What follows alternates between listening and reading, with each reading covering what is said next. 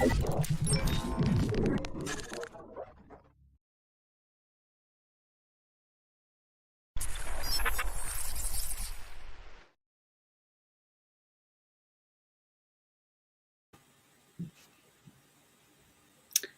and thanks for joining us at this Political Futures event. Today we'll be thinking about the governance challenges posed by climate change and the transition to sustainability. So, on that note, we're very happy to be joined by our guest speaker, Dr. Alice Hill, who will be speaking on these issues. Dr. Hill is the David M. Rubenstein Senior Fellow for Energy and Environment at the Council on Formulation.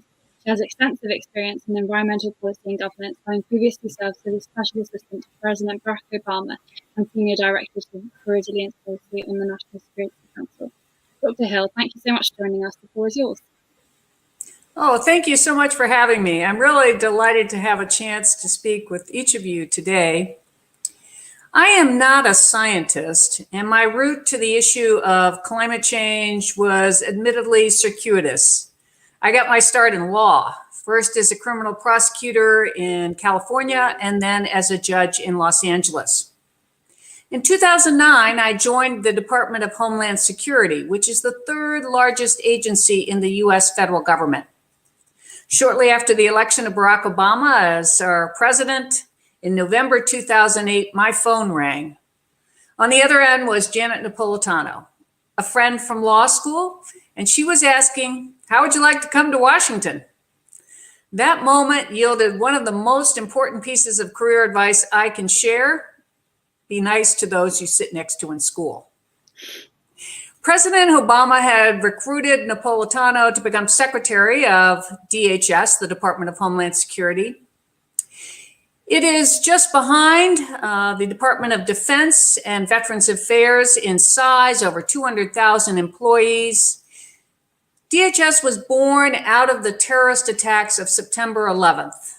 In the largest reorganization of the United States government since the creation of our Department of Defense after World War II. In addition to its anti-terrorism focus, DHS shoulders broad security responsibilities across its close to 24 agencies. Those agencies were joined together in what could have been termed somewhat of a shotgun marriage, and they have sprawling responsibilities, including for emergency management through our Federal Emergency Management Administration, immigration enforcement through Immigration and Customs Enforcement, as well as protection of American waterways and coasts through the U.S. Coast Guard. Not long after I arrived at DHS, President Obama issued his first executive order on climate change. It required all federal agencies to find ways to cut their carbon emissions, but also for the first time to plan for the impacts of climate change. And by the way, President Trump essentially revoked this executive order, but now President Biden has brought it back. So we will see again federal agencies beginning to resurrect their adaptation plans for the United States going forward. But in 2009, as the newest arrival on the DHS leadership team, the assignment to develop the department's adaptation plan fell to me. In those days, and in some quarters still in the United States, climate change was not viewed as an issue that was a career enhancer. So as I recall it, we're sitting around a conference table and we're looking at this assignment and somebody says, "Oh, give it to her, she's new." And that was my chance, really, to delve into what does climate change mean for my country. To respond to the order, I assembled a task force. We members asked ourselves a very basic question, one that in retrospect seems somewhat insubordinate to President Obama's direction. But until that question had a solid answer, I knew, and the members of the task force knew, it would be difficult to garner enthusiasm for the task ahead. In the face of widespread skepticism about the reality of climate change, and that skepticism still exists today in some places in the United States, we asked ourselves, should the Department of Homeland Security in 2009, with all of its other responsibilities and cares, be concerned about the impacts of climate change? We heard from dozens of scientists, planners, security experts, including the U.S. Navy Task Force Climate Change, NASA, and our National Oceanic and Atmospheric Administration, which does a lot of our weather reporting. In due time, we learned about the projected hurricanes, wildfires, droughts that could pummel America and the rest of the globe in the near future. Based on the evidence, the task force had its answer. DHS should care deeply about climate change. Climate change would affect virtually all of the department's missions. And we're seeing that here today. We have this Arctic blast of cold air across our nation. Our power grid is failing. We've seen it in California with wildfires, and in both instances, because our electric grid is not prepared for these new events that are influenced by climate change, it's failed. And that has meant that electric utility owners and operators have resorted to a really simple method to conserve power. They shut down the system, leaving millions in freezing temperatures or without power in days where it's extremely hot and air conditioning is needed. Climate change impacts everything from the spread of disease to access to fresh water and food. Where its effects may be most obvious is in the built environment. Climate change affects where and how we live deeply.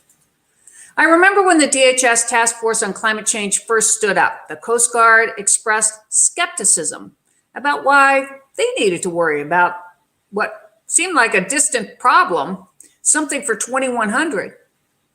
But by the time the task force issued its final report, the Coast Guard had concluded it needed to do a lot more to prepare for example, changes in the Arctic. With the melting permafrost, the buildings were beginning to sag as the tundra softened.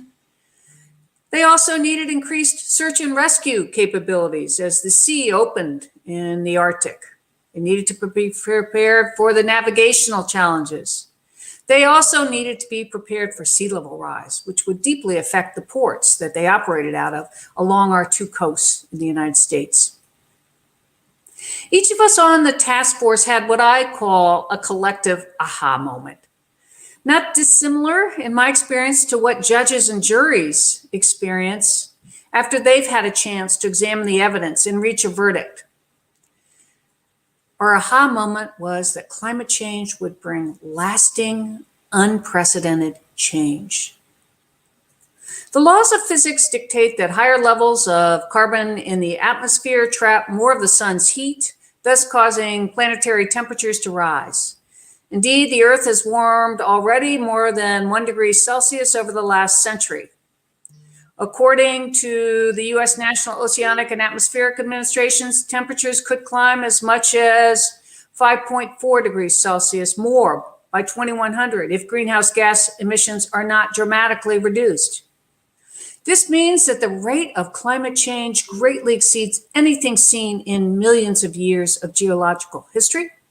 A recent study found that within 50 years, 1 to 3 billion people are projected to be left outside the climate conditions that have served humanity well over the past 6,000 years. With temperatures rising, never imagined record-breaking events increasingly strain the systems upon which people rely, systems that have all assumed that the future will resemble the past. And as it turns out with climate change, that's a poor assumption. In the years since my first admission in climate change, I've realized that most current professionals are a lot like I was. They've had no formal education in climate change. And that's not just older people, that includes younger people as well. Based on a 2016 survey of the top 100 universities and liberal arts colleges in the United States, according to our ranking system done by the U.S. News and World Report, researchers calculated that the likelihood of a student taking just one climate change course as part of their core curriculum at less than 20% across all schools. Recent research similarly shows that many Directors on corporate boards have little environmental, social governance related expertise, and many don't even recognize the need to pay attention to material important sustainability issues. For instance, PwC's 2020 annual corporate directors survey found that only 38% of board members think ESG issues have a financial impact on a company. And 58% thought that investors gave too much attention to the issue. Another survey of the individual credentials of over 1,100 Fortune 100 board directors in 2018, based on reviews of their resume, found that less than 1/3 had relevant ESG expertise. But when it came down to the environmental category, if you looked at expertise in climate and access to water, and of course with climate change, access to water is very important, across 1,188 Fortune 100 board members, a total of just five people had relevant experience. So it's not surprising to me then that climate change, and in particular the vulnerabilities that climate impacts create, for example, for supply chains, the location of facilities, worker health, it gets too hot for people to work safely outside, that these issues don't tend to make it to the top of the agenda. Today, as I've said, in the United States, we have tens of thousands of Americans in the dark, freezing, because we haven't paid sufficient attention to our electric grid and the need to prepare it for the new extremes, be they from cold from a polar vortex or heat from the global warming, which is the most certain of all of the impacts ahead. The vast majority of decision makers simply have not had a chance, either in school or as a result of an assignment like I was given, to immerse themselves in examining what climate change could mean for their profession. You add on to that the politicization of the topic, and you have a recipe for decision makers to simply ignore the problem, which I believe is one of the reasons that the United States has affected so little policy with regard to climate change. But ignoring the problem comes with big risks that are rapidly accelerating. It's been a long time since I studied math, but there's one problem set I have never forgotten: the lily pads on the pond. Suppose you take a walk by a pond with a single lily pad at its edge, and suppose that every day you go by, the number of lily pads has doubled. On the first day, there's one. On the second day, there are 2 lily pads. On the third day, there are 4. And on the fourth day, there are 8, and so on. So here's the math part. If the pond is covered completely by the 48th day, when was it covered halfway? The correct answer is on the 47th day. If you didn't get that right, you're not alone. In fact, many are surprised to learn that after 40 days of exponential growth, you would barely notice the lily pads, as they would cover only 1/256th of the pond. But because exponential growth is almost imperceptible at first, it's easy to ignore the steady exponential growth of the lily pads for a long time. That is, until they smother the pond. Our failure to appreciate the exponential growth of climate change and its impacts has left us in an increasingly vulnerable state. According to NASA, 2020 tied for the hottest year with 2016.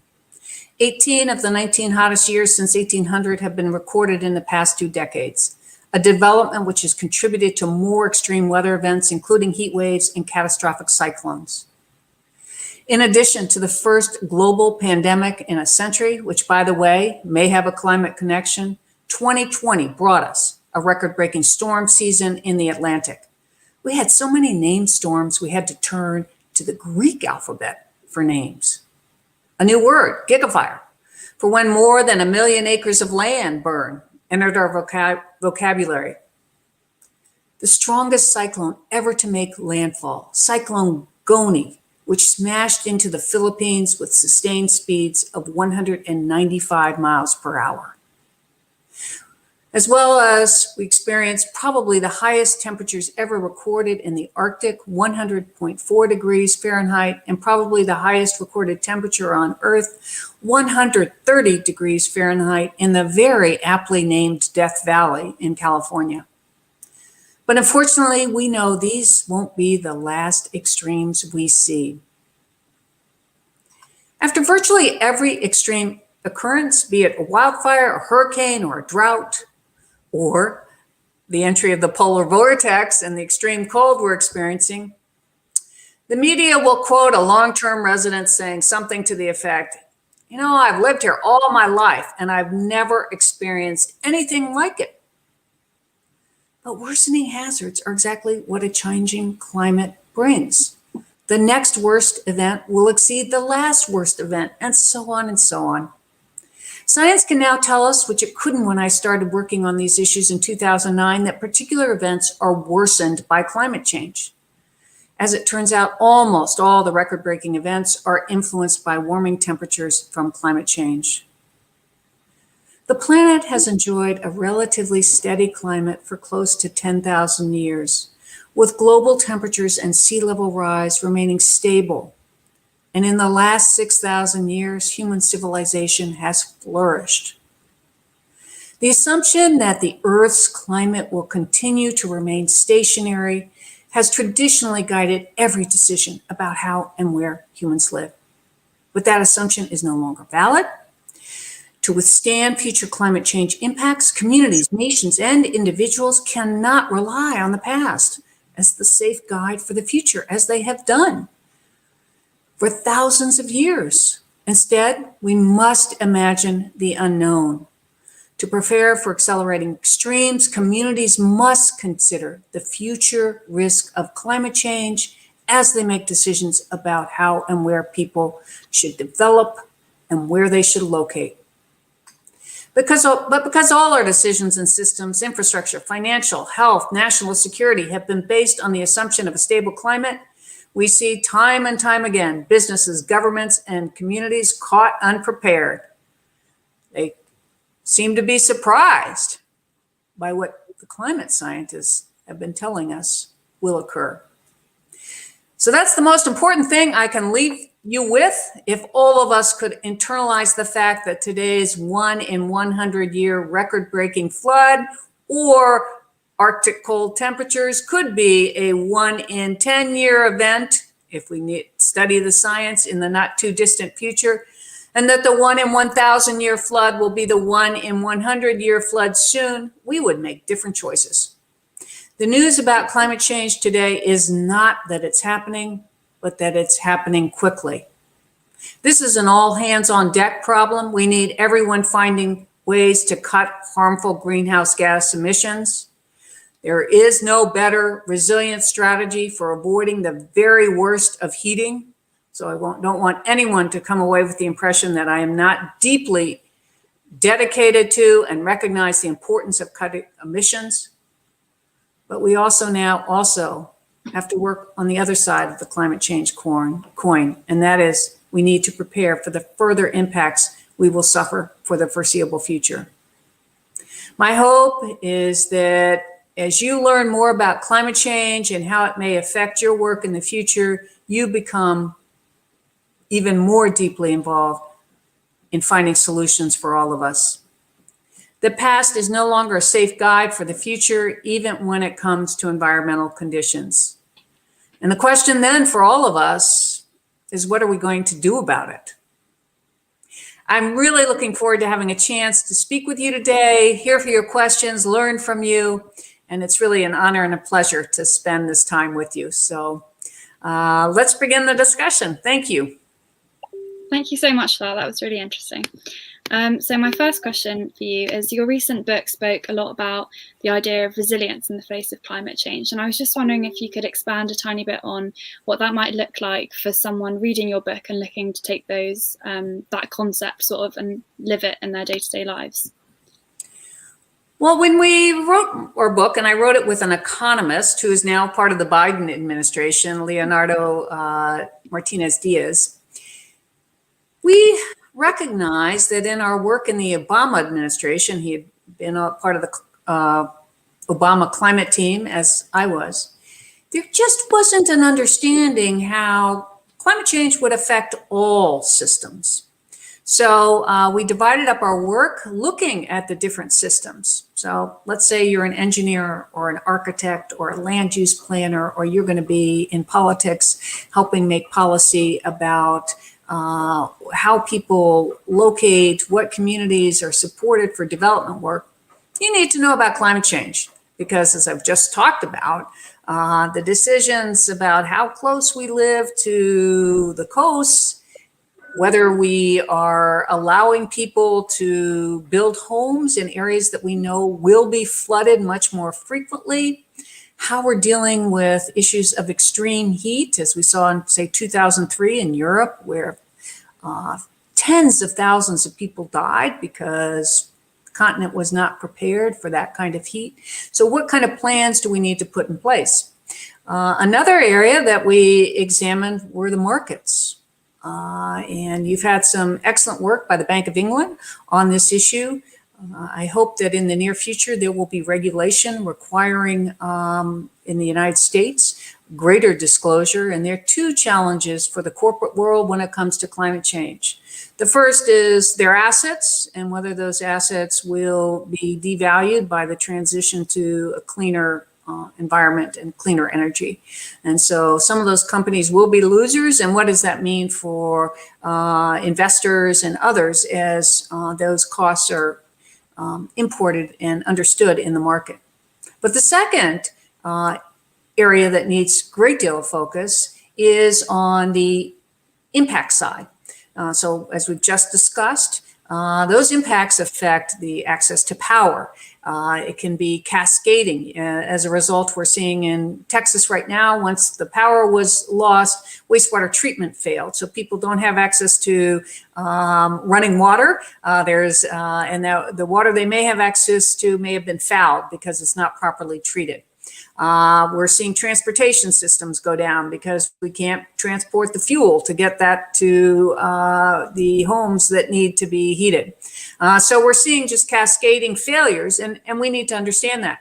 The pandemic has given us a really good illustration of what's at stake. We have across the globe these very reedy thin, just-in-time supply chains, but when you have a break in those supply chains, either because a country decides not to export masks anymore, or because a big storm came through and wiped out a center of production of a special kind of chip, which happened in Thailand in 2011, they're cascading costs to companies when they cannot continue with production. So we need to understand those. Demands on emergency management will be much greater. So there'll be effects to the market. Another is the law. I'm a former judge, a prosecutor. With the law, the wheels of justice can turn slowly, but the wheels can be very powerful. They can send very strong signals to corporate entities, to governments to do better, to improve what they do because they're either found liable or there's some kind of injunction imposed upon them to do more.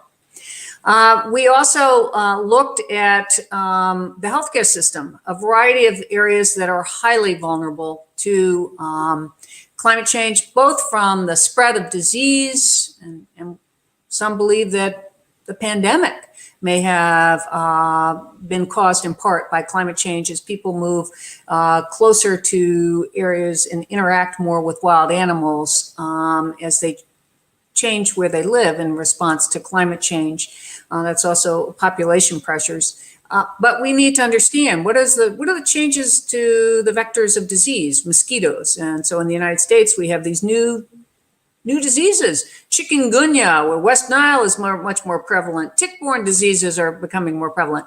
But we also have these huge impacts to our healthcare system. So Texas, for example, it's just hard to operate in these very extreme events. So what does that mean for delivery of healthcare? And then we looked at some upenders. We looked at the threats to national security from climate change.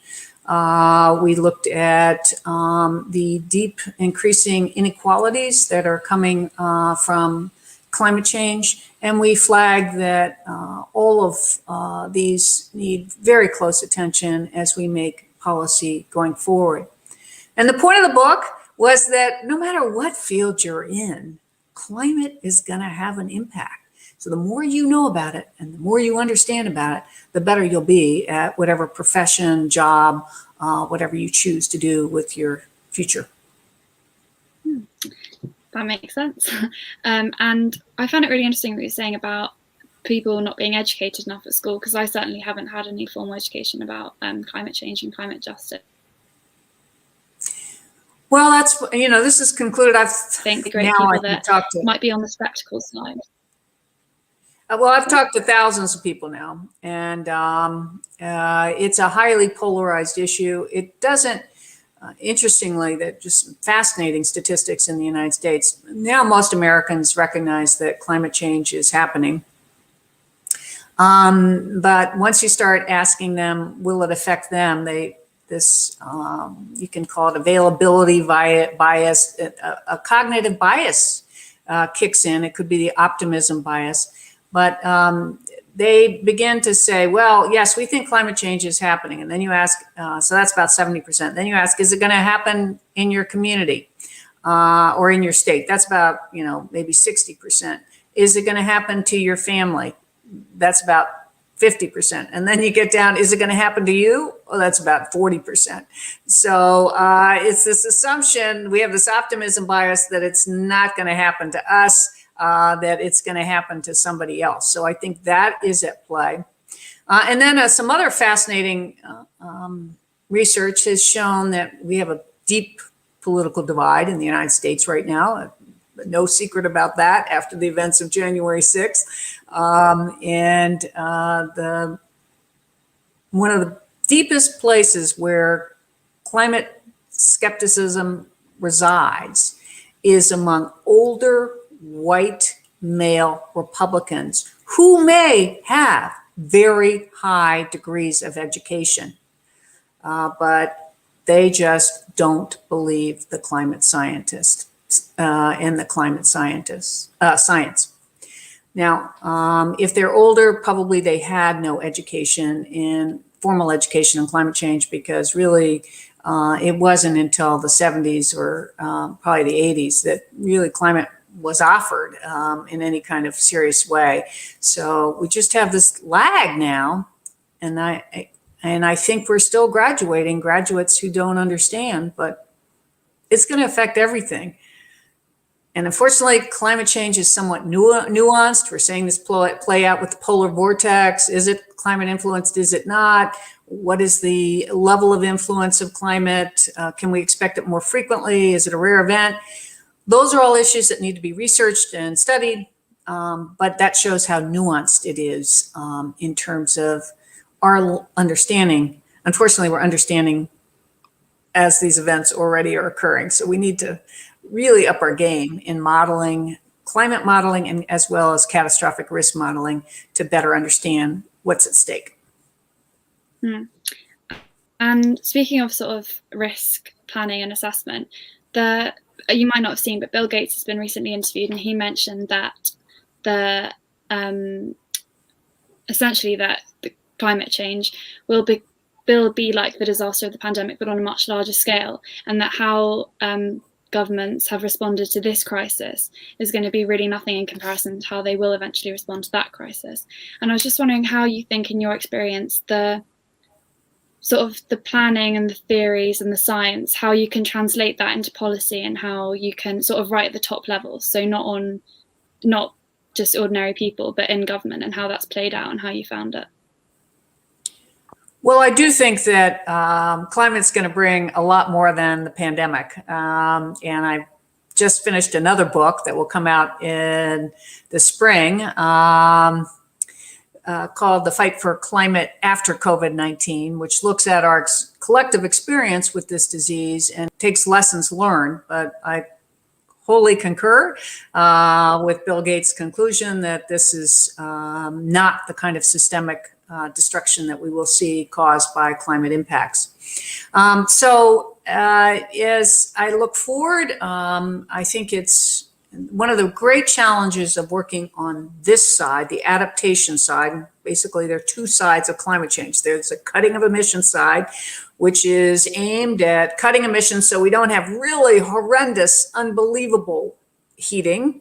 And then there's the adaptation. We hope that the mitigation is successful so that we won't have to adapt as much, but we still have to adapt because we're already experiencing warming. And as you work at those policies, I think,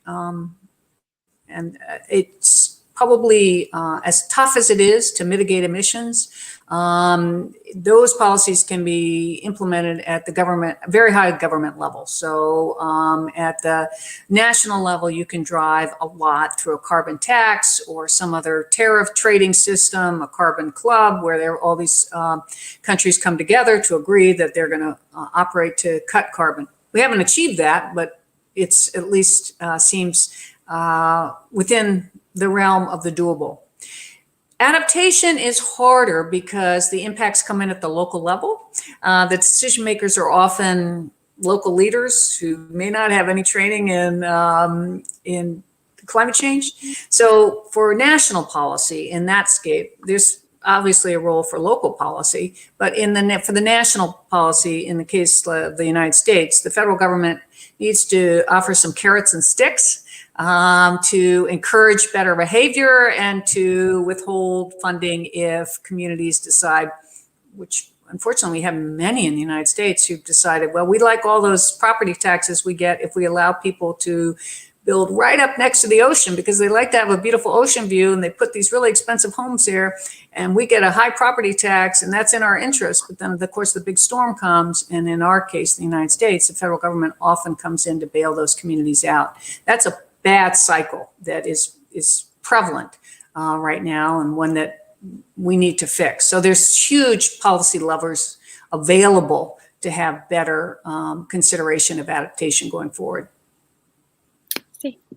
And you've mentioned that you're not a scientist, but with your sort of role in moderating between the scientists and policy making and that kind of journey from receiving the science and then figuring out what to do about it, how do you think that we can sort of prevent these discussions from becoming so political that the real issue gets lost? And you sort of mentioned that in the context of America, that global warming is such a politicized issue that people tend to sort of just disengage rather than get into it.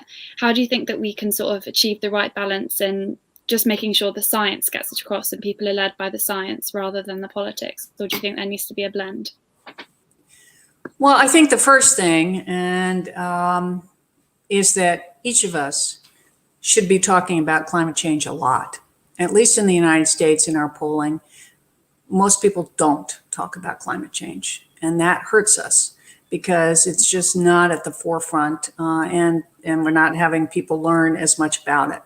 So I think if all of us who are interested in this and care about it can make sure that we're talking across the board and drawing connections to what we're seeing, to the urgency to need to act on climate change.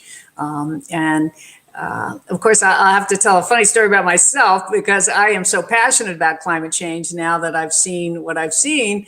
My family has put me on a timer. So they're very happy when I accept other engagements to go talk to other people about climate change because they're well versed in it. But we need to have all families, around the Christmas table or whatever celebration you're doing, really engaging in what can we do and what can we do in our communities, what can we demand from our leaders so that we have better outcomes. And I will say, for any of you who are interested in the law, I do think my experience as a lawyer and a judge has helped me in understanding that I don't have to have a degree in science to consider and think about evidence and evaluate it. Because frankly, that's what we do every day in courtrooms across at least the United States. We call in jurors who are just ordinary folks. Sometimes they haven't even gotten to college. And we ask them to decide, and we have the death penalty in the United States. We ask them to decide whether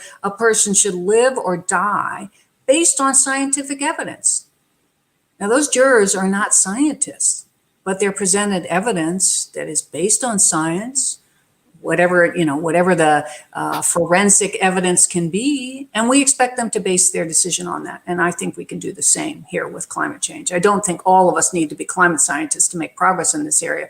What we need to do is talk about it, understand it, and take it upon ourselves to be champions of making sure that the world is safer going forward.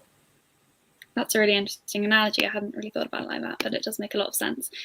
So leading on from that, you mentioned that your background wasn't always in climate change and you began as a lawyer, and I think that's really interesting, that sort of movement. Was there anything in particular that sort of sparked that interest, and how you decided?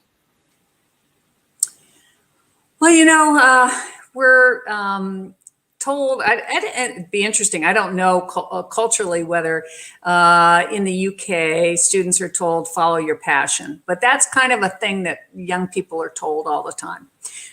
I didn't discover a passion, honestly. And I went to law school because my parents were, I was one of 3 girls. My 2 older sisters said, no way, we're not going to law school. So it was left to me to, and so with a lot of pushing from my parents, I went to law school. And in the United States, of course, it's a graduate degree after you finish your undergraduate work. So I graduated from law school. I did find things I loved doing. I focused on white collar crime. So I was chasing bank fraud, people who were essentially robbing financial institutions, not with a gun, but with paper. And I found that fascinating. So I've had many, I've had many opportunities to work on very interesting things. And then as a judge, you've got a whole array of cases from medical malpractice to criminal law. And that was fascinating. But it wasn't until I was given this assignment about climate change that I thought, this is the most interesting problem I've ever been presented.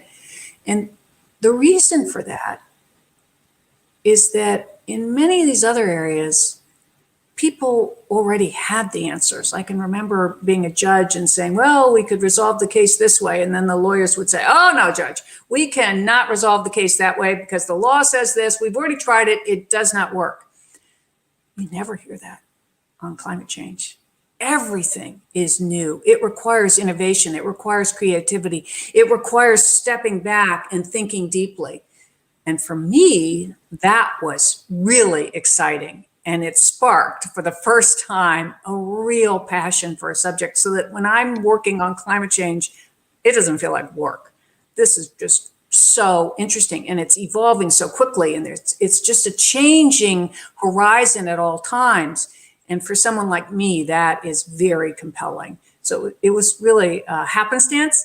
But I guess my major message is, don't feel distressed if you haven't discovered your passion yet, because you can have a great career and never discover a passion, or you could be like me and have a career and then you discover a passion. But either way, just follow things that interest you, even if you don't feel like, oh, I want to, do this every second of the day. Oh, great. So following on from that, like climate change as being a really interesting field and there not being any real answers.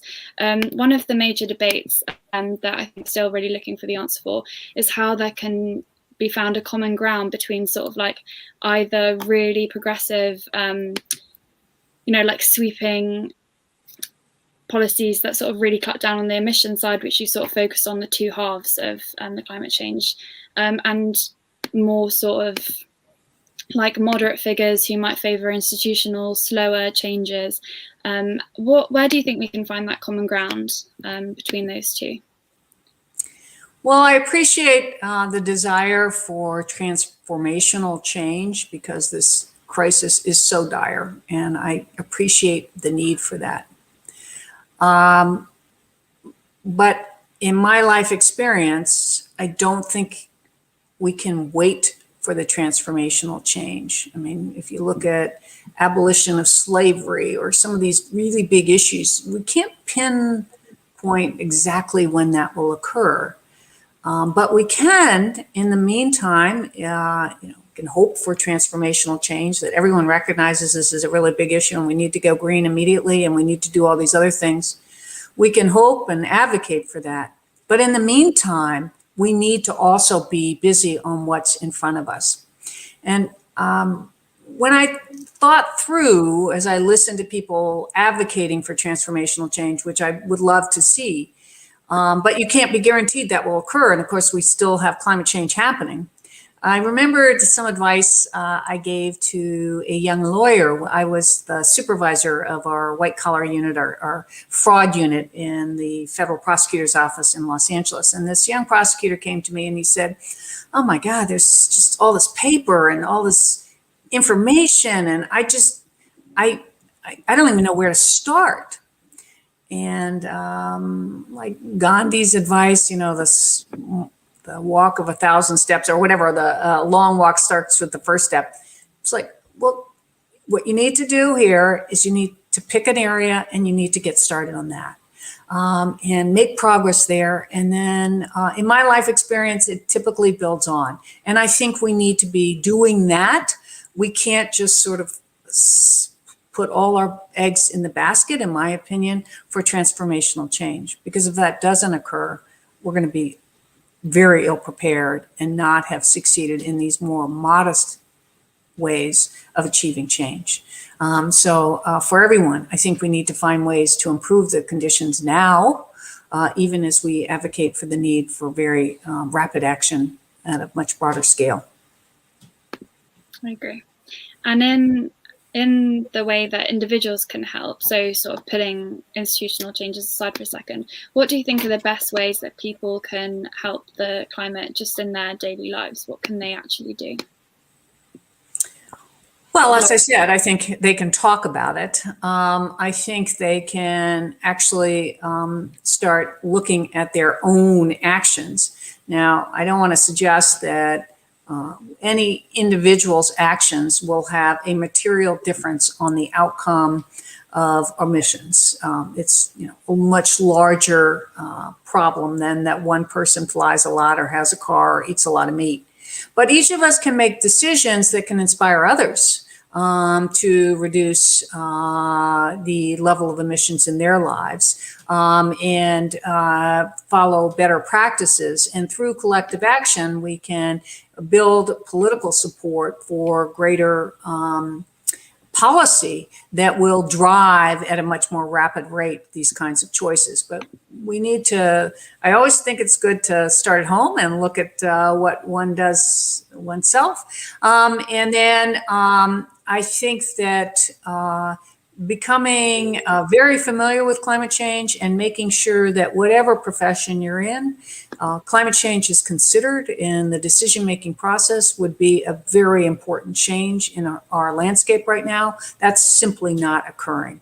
And we need to have educated people who are in the workforce who can ask the right questions about, well, if you do this, what does climate change, how does climate change impact that decision? Is that decision smart in the face of climate change?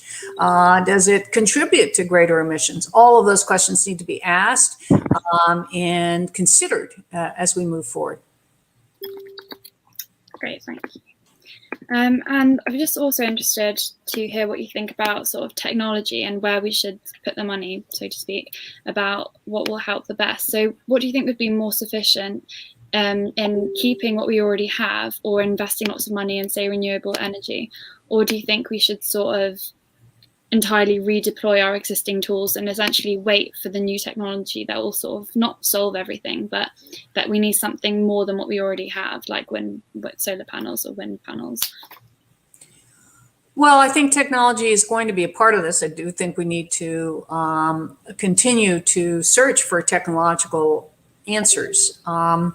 And that can be carbon capture, that can be done at scale, that can be hydrogen, that can be all sorts of solutions. So I think the research and development is still very critical for us to understand the problem and possible solutions.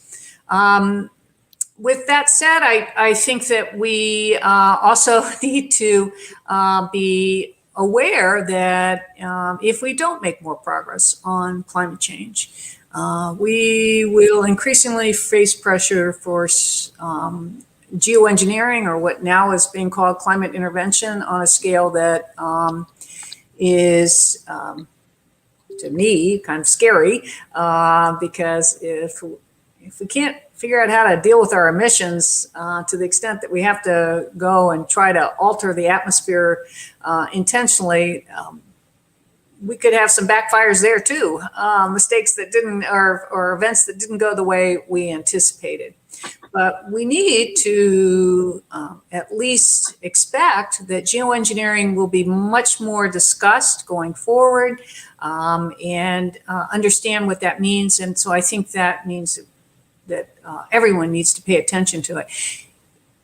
And one of the interesting things about geoengineering is we may not even know it's happening. It could be just a billionaire who decides that they want to shoot things into the atmosphere, or a country that decides to do it, and it may go undetected initially. So there needs to be greater focus worldwide on norms for testing geoengineering, for how geoengineering could evolve, and much more deployment of means to detect possible geoengineering occurring, so that we can stop it if it's going to be proven to be very harmful to the globe. And I was just wondering what you think about sort of international cooperation and working things out globally, and how that might work in a policy, from a policy perspective. So how robust a solution is international cooperation and agreements such as the Paris Accord? In what ways are these frameworks effective? And to what extent does the logic of national interest restrict their potential? So how can we sort of balance this push globally to solve climate change with sort of national tensions, and obviously the individual governments and how fast they can move in their own priorities? And do you have any experience of that? So multilateralism, countries working together, certainly is under great stress now. Of course, it was many of these multilateral organizations, including the World Health Organization, the World Bank, the UN, were born out of World War II, when there was really a worldwide recognition that we needed to find better ways to work together to have peace prove to be more lasting. And those organizations have, in some instances, had more remarkable success. You can think of the Montreal Protocol, which cut some very harmful emissions that were depleting the ozone. And countries came together quickly and found a regime. And now we have the Kigali Amendment coming forward to further make sure that those actions occur. And we did reach the Paris Agreement. Granted, it's a voluntary agreement, and it depends on ratcheting up of ambition over time. But in and of itself was a remarkable achievement. We are at an inflection point, however, where multilateralism, we see it across the globe, pressures for more nationalism, to shut down the borders. And I'm concerned that that may increase. That's something that we discussed in our book, is that in wargaming, when you get together experts who take on different roles of for different countries, a set of war games revealed that over time, given the stresses created by impacts from climate change, countries got tired of working together on climate change. And instead, they shut their borders down for migrants, and they became much more insular and not sharing of resources to help better outcomes across the globe. That is a fear for me, because if you look at the security outcomes of this, we will have billions of people on the move as a result of increasing heat, which affects water access to fresh food. We'll have these slow-moving events of drought that kill plants. We'll have locusts like we've seen this year, trillions of locusts just devouring plants, leaving whole populations very vulnerable to losing everything, causing them to consider moving. And we'll see acute events like a hurricane or a cyclone when people are just left homeless overnight.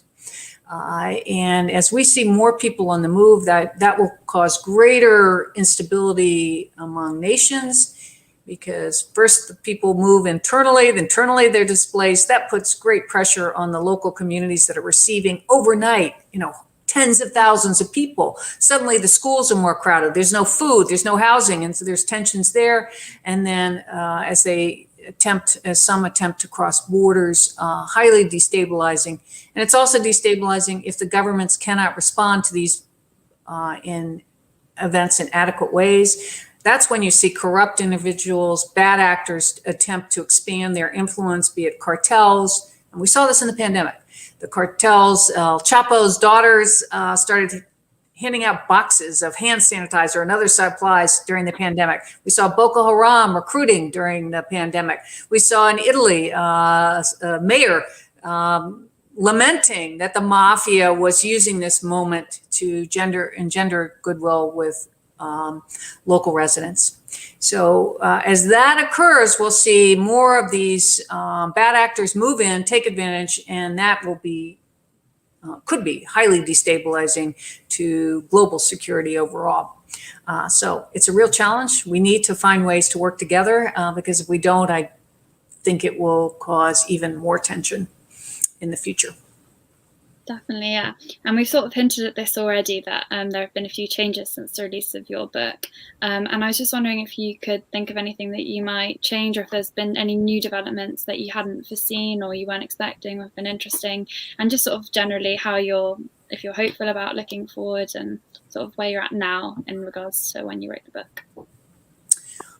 Well, obviously, we watch closely, my co-author and I, as to whether anything has significantly changed. I don't think anything has deeply changed. Of course, when we published the book, U.S. government was out of the Paris Agreement. Now we're back in the Paris Agreement. But our book focused mostly on adaptation. And we've seen modest improvements in some places in adaptation, but we've seen backsliding in others. So I don't think I see huge changes. Perhaps two are more recognition of the risks to the markets. So we have South Korea, France, England, New Zealand, all saying that I'm not sure about South Korea, actually, but the other countries saying, and Switzerland, we need to do more to require climate disclosure. You may see that in the United States on the corporate side, as we discussed. And then in the law side, I think we've seen more interest for some kind of lawsuits against the fossil fuel companies. There have been a few more victories, continued a huge number of defeats in terms of suing the fossil fuel companies or governments for their lack of action. But we had the Urgenda decision in the Netherlands. So we're seeing chinks in the armor on liability issues for the fossil fuel companies for their contribution and for governments for failing to act to the climate crisis. Great. Okay, I think we're going to move to the audience question and answer now. So let me just see if I can see them. I'll check if there are any questions.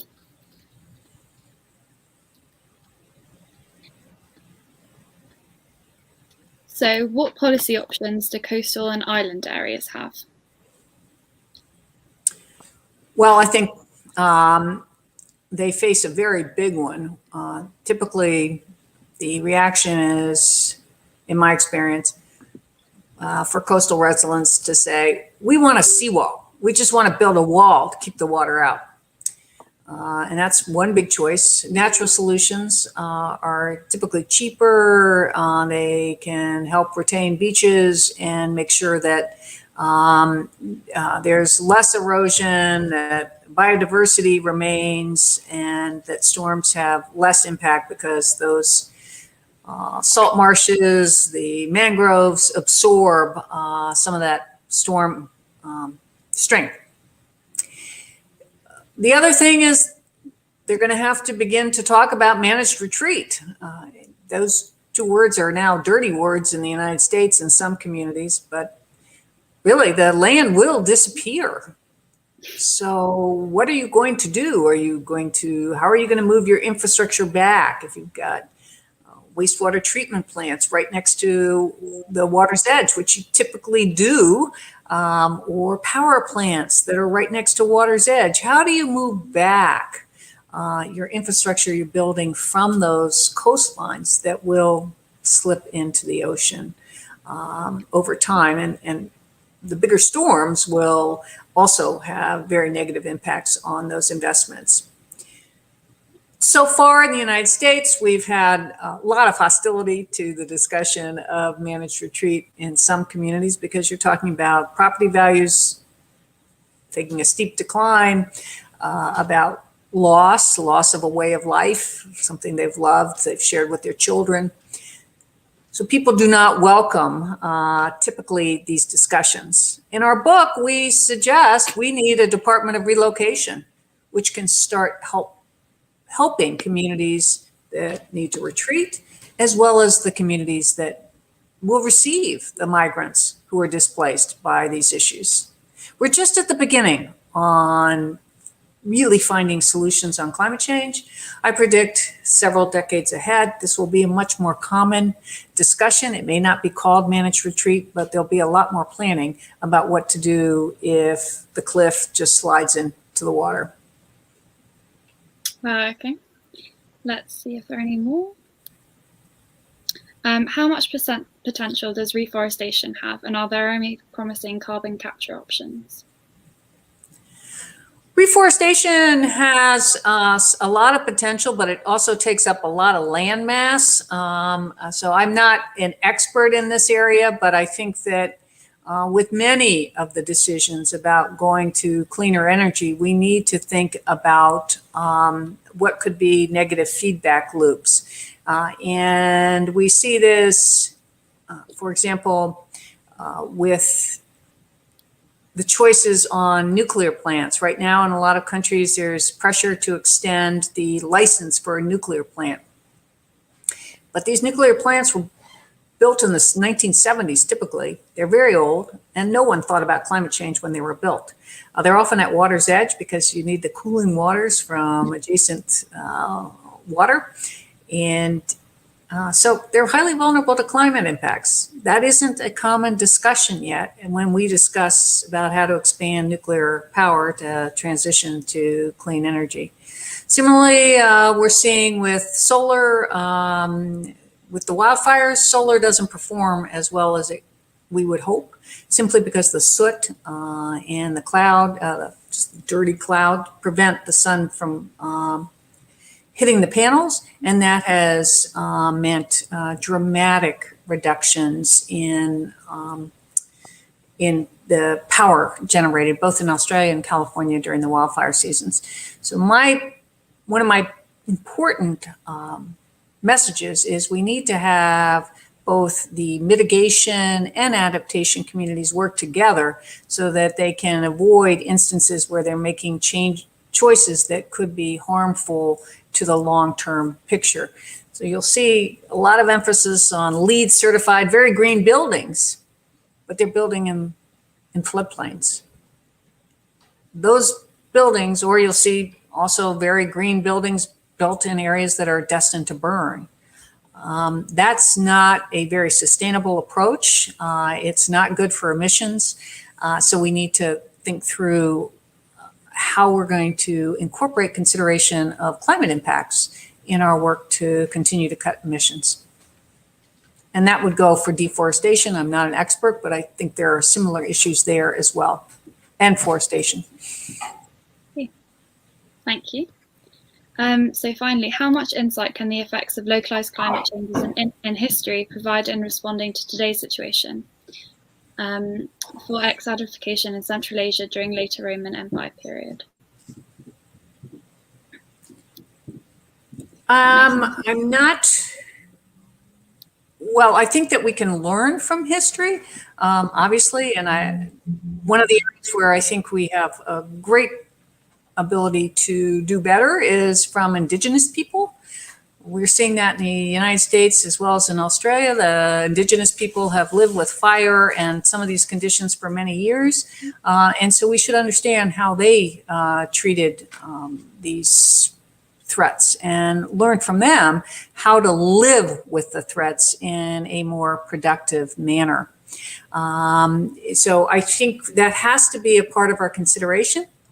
On the flip side, we have to recognize with climate change, some of these events, these wildfires, are bigger than anything indigenous people have experienced, at least in recorded history. So we have to learn from that history, but we cannot have that history be the sole guide of our decision making, because if we do, it will leave us unprepared.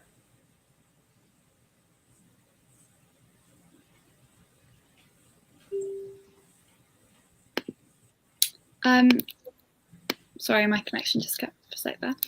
Looks like we don't have any more time. So, well, it's like a massive thank you to talking to you. It's been really, really interesting. It's been great. Thanks again. Do you have any concluding remarks? Just thanks. I'm really delighted to have a chance to share with you today, and I look forward to working with you on these issues. Thank you. Thanks so much. It's been great. Thank you.